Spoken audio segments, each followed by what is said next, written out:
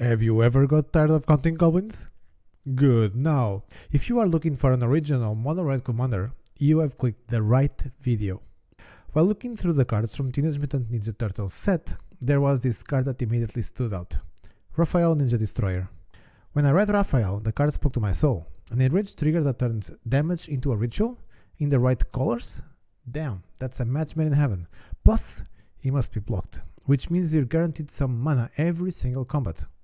I thought for sure it would be quite popular, but I checked EDH Ranked and found only 23 decks. Hidden gem acquired. Now I know Universes Beyond gets some hate, but hear me out. It's not every day that we see a cool print like this. Hate the IP if you want, but you can't hate 67 mana on turn 5. Welcome to Dogwater Brewing. With Raphael, damage is currency. We need ways to dump that excess mana we generate and ways to keep our turtle alive through the storm. Can we push this into bracket 3 without turning it into a salt-inducing combo deck? I looked back at some classics from my early days and immediately clicked. Pyrohemia, Shivan Meteor, and War Elemental. Pyrohemia is an enchantment that pumps board and player-wide damage equal to the mana you feed it. However, it has a drawback. If there are no more creatures in play, it is sacrificed at the end of turn. This card lets us dictate the board state, and because Raphael regenerates mana when he is hurt, the enchantment practically pays for its own activation. Its presence, its power, and it keeps our opponents on their toes. Tailor-made for Raphael. Shivan Meteor is a suspend card that you can either pay 3 red and cast it immediately for 13 damage to a creature, or suspend it for 1 red and cast it 2 turns later. Well, this card is, busted. It says 13 mana for 5, oh hell yeah. Well, it actually gets so much better than that, but I'm gonna leave it for later. Then there's War Elemental. I thought I'd finally found a home for it, but I hit a snag. It creates a 2-card infinite combo with All Will Be One or Casey Jones back LA Brute. For this deck, I'm choosing to cut it. Either 2 of these will push the deck into bracket 4. War Elemental is just too efficient for the story we are trying to tell. We have a starting point. Let's head over to Raphael to find the right tools for the job. We started with the keyword Enrage, but it was just a sea of dinosaurs, nothing too interesting. So we dismantled the keyword. When damage dealt, that's when the sauce appeared.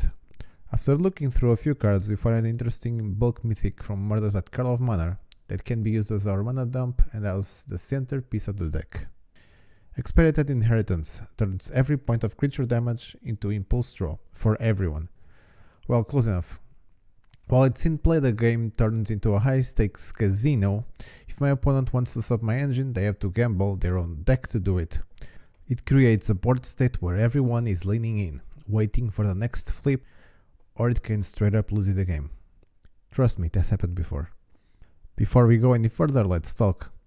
The game plan is simple. Raphael is our battery. We are going to make him indestructible, deal an unreasonable amount of damage to him, and then dump that mana into massive card draw.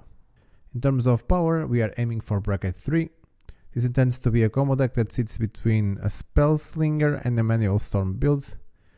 And by manual, I mean we aren't actually using the Storm keyword, we're just intending to win in a single turn by either casting or having access to all of the library. I've intentionally excluded tutors. I don't want to solve the equation, I want a live puzzle. This deck is non-deterministic, meaning we are doing the math in real time and playing the odds. To keep things fair and out of bracket 4 territory, I've also cut the true fast mana rituals, well, aside from Jessica's will, that is. Now back to brewing. We will need more than one engine to make this work. Expedited Inheritance is our gold standard, but in mono red we have to get creative with how we dig through the deck. We are looking for ways to convert mana or damage into more cards. For that, Virtue of Courage. In a deck that can easily ping both players and creatures, this big boy can draw some cards. Then there's Share the Spoils. Is it efficient? Not really. Is it fun? Absolutely. It brings a small minigame which fits our gambler theme perfectly. And of course, Underworld Bridge. I'll be honest, I mostly put these in for the art of Raphael's bandana, and recursion is awesome, but it's our ultimate pull the lever card.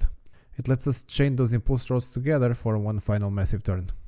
But engines don't run without fuel.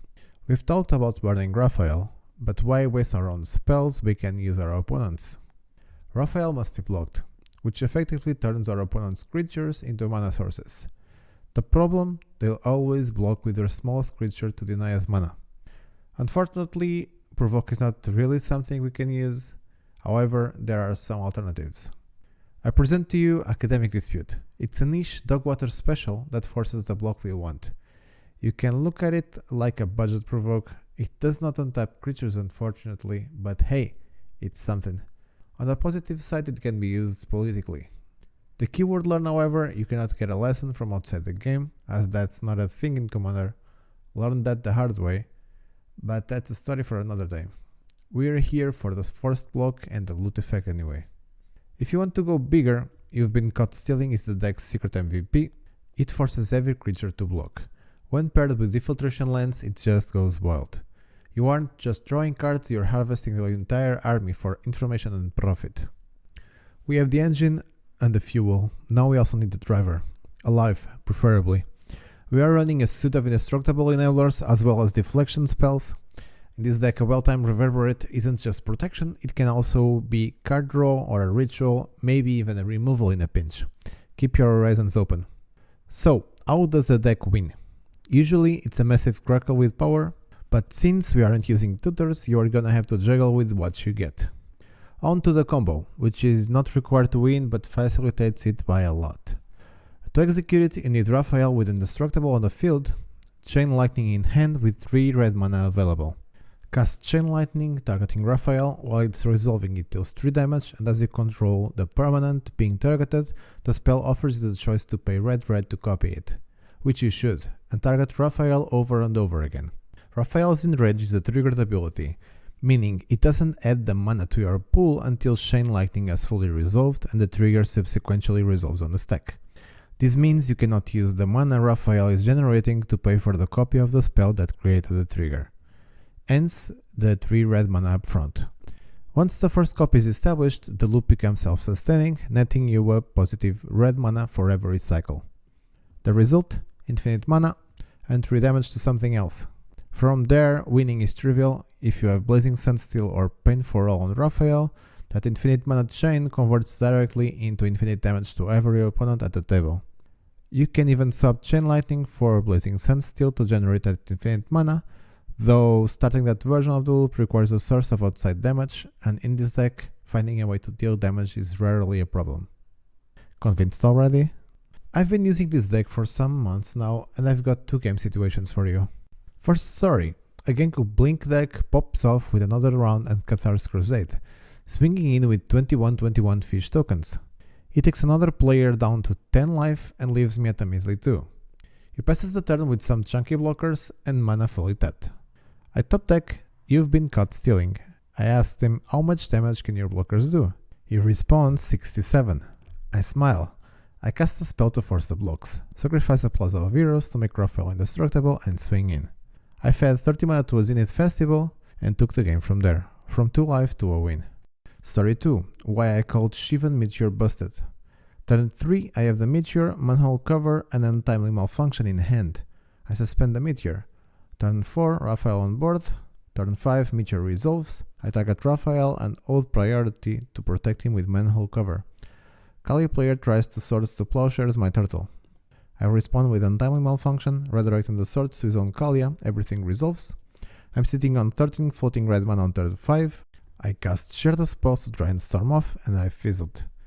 But here's the thing, even though it fizzled, the Meteor was better than a Soul Ring. It put me in a position to win the game on the spot if the cards aligned. That's just how the gamble turned out. As you've noticed, this deck is fragile. Raphael isn't just a commander, he's the centerpiece that holds the deck together. Without him, the deck doesn't just slow down, it stops working. Truly the definition of a glass cannon.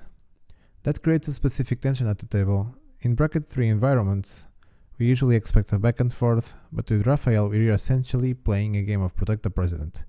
If the Kali player had cast the Swords to Plowshares on their own turn instead of waiting for my upkeep, I would have been set back a few turns. You should only ever cast Raphael if you have a way to keep him on the board. He's a removal magnet. And rightly so, because if he survives even 1 turn cycle, the amount of mana he generates can end the game. This brings up an interesting point about threat assessment.